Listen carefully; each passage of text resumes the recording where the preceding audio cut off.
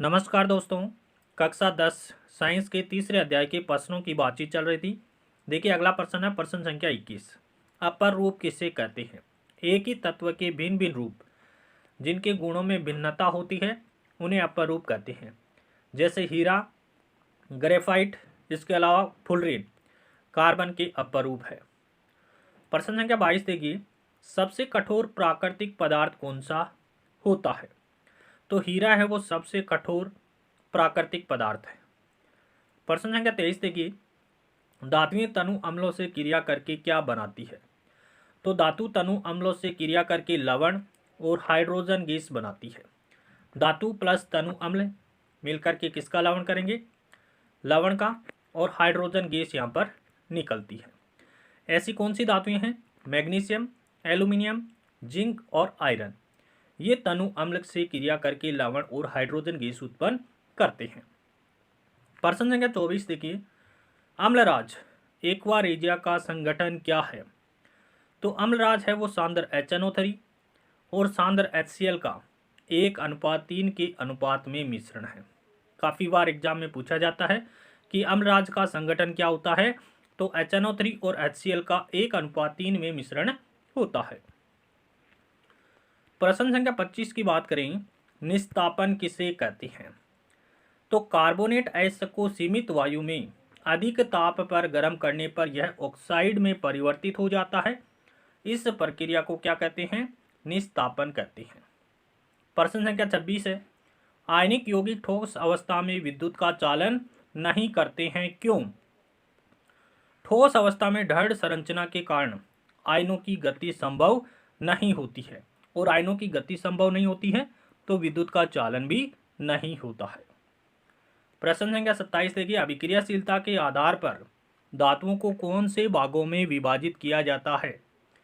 तो 3 भागों में विभाजित किया जाता है, निम्न अभिक्रियाशील धातु, मध्यम अभिक्रियाशील धातु और उच्च अभिक्रियाशील धातु। प्रश्न संख्या 28 देखिए, जंग क्या होती है? लंबे समय तक आर्द्र वायु में रहने पर लोहे पर भूरे रंग की परत जम जाती है, इसे ही क्या कहते हैं? जंग कहते हैं। अगला प्रश्न देखिए, यशद लेपन या गैल्वेनीकरण किसे कहते हैं?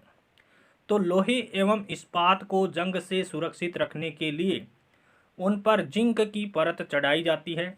इस प्रक्रिया को क्या कहते हैं? यशद लेपन कहते हैं। प्रश्न संख्या 30 देखिए, थर्मिट अभिक्रिया का संतुलित रासायनिक समीकरण लिखिए। Fe2O3 plus 2Al 2Fe plus Al2O3 plus ऊष्मा उत्सर्जित होती है। यह थर्मिट अभिक्रिया का संतुलित समीकरण है कि Fe2O3 2Al के साथ अभिक्रिया करके Al2O3 alumina plus 2Fe plus ऊष्मा का उत्सर्जन होता है। प्रश्न संख्या 31 देखिए, अमलगम किसे कहते हैं? तो मिश्र धातु बनाते समय यदि एक धातु पारद यानी मरकरी हो यानी Hg हो तो इसके मिश्र धातु को क्या कहते हैं?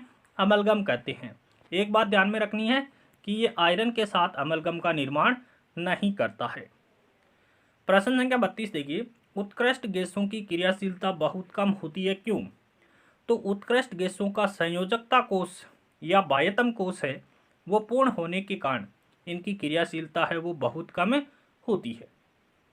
प्रश्न संख्या 33 देखिए, सक्रियता श्रेणी किसे कहते हैं? इसकी एक उपयोगिता लिखिए।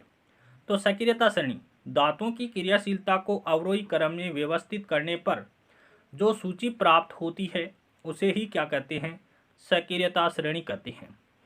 उपयोगिता की बात करें, इसके द्वारा किसी अयस्क से धातु के निष्कर्षण में सहयोग मिलता है।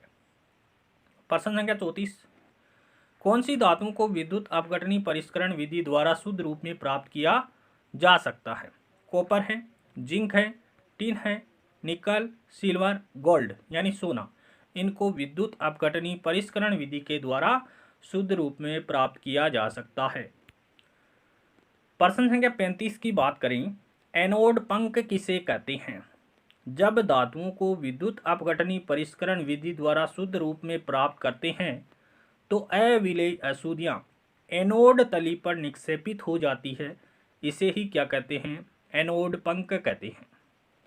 प्रश्न संख्या 36 देखिए, कांसा नामक मिश्र धातु के कौन कौन से अवयव है, इस मिश्र धातु की एक विशेषता बताइए।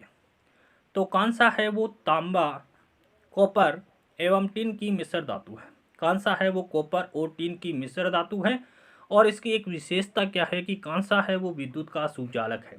कांसा क्या है, विद्युत का कुचालक होता है। सॉरी, कांसा क्या होता है, विद्युत का कुचालक होता है। प्रश्न संख्या 37 देखिए, धातु का उपयोग खाना पकाने के बर्तन बनाने में क्यों किया जाता है। धातु ऊष्मा के क्या होते हैं, सुचालक होते हैं। धातु ऊष्मा के सुचालक होते हैं, इनका गलनांक बहुत अधिक होता है, इसलिए इनका उपयोग बर्तन बनाने में किया जाता है।